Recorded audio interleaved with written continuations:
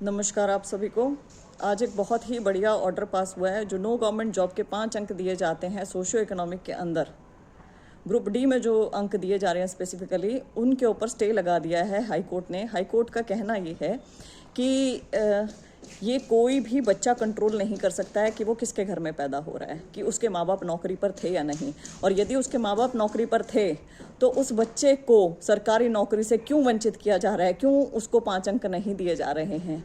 ये गलत बात है। और ग्रुप डी जैसी नौकरी में, ग्रुप डी जो सबसे छोटे लेवल की नौकरी है, यदि बच्चा उसके लिए अपीयर हो रहा है उस नौकरी के लिए, तो इसका मतलब उसको नौकरी की कितनी ज़्यादा आवश्यकता है। इसका मतलब ये कि उसके घर के आर्थिक हालात, आर्थिक स्थिति वो ठीक नहीं है।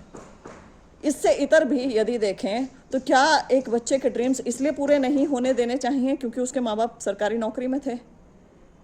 तो इन 5 अंकों पर लग चुका है स्टे।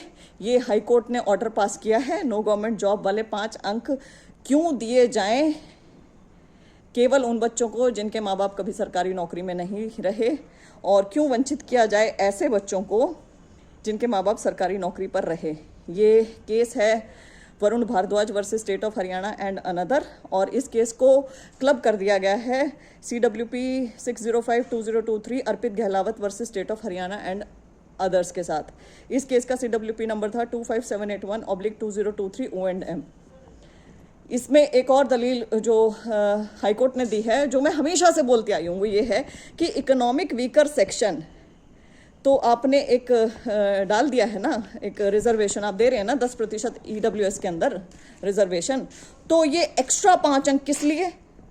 ये एक्स्ट्रा 5 अंक आप क्यों दे रहे हैं जब आप इकोनॉमिक आधार पर, आर्थिक आधार पर ऑलरेडी 10% रिजर्वेशन दे रहे हैं तब, और वो भी ग्रुप डी जैसी नौकरी के लिए क्यों वंचित कर रहे हो? यही चीज़ मैंने बार बार कही है। जब हमारा संविधान सोशल और एजुकेशन के आधार पर 49.5% रिजर्वेशन देता है और 10% हम दे रहे हैं आर्थिक आधार पर, तो फिर सोशियो इकोनॉमिक के 10 अंक किस लिए, सामाजिक और आर्थिक के 10 अंक किस लिए, 5 अंक किस लिए, सॉरी।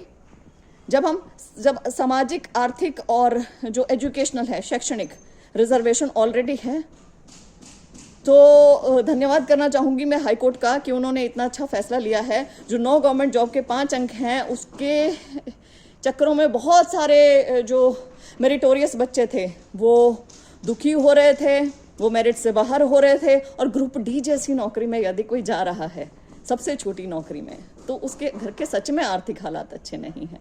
तो इन जो अंकों पर स्टे हाईकोर्ट ने लगाया है उसका मैं बहुत बहुत वेलकम करती हूँ, और ये बहुत ही अच्छा स्टेप है मेरिटोरियस स्टूडेंट्स के लिए। खासकर कि पहले ही ग्रुप डी में PhD तक के लेवल के पोस्ट ग्रेजुएट बच्चे, double post graduate, MA BEd, पता नहीं क्या क्या कर रखा है, ऐसे ऐसे बच्चे जा रहे थे, ऐसे ऐसे बच्चे, और 5-5 अंकों से वंचित हो रहे थे। क्यों? क्योंकि कभी ना कभी उनके घर में उनके पिताजी ने झाड़ू लगाने वाले तक की नौकरी की होगी, या रहे होंगे थोड़े टाइम के लिए, या कुछ भी।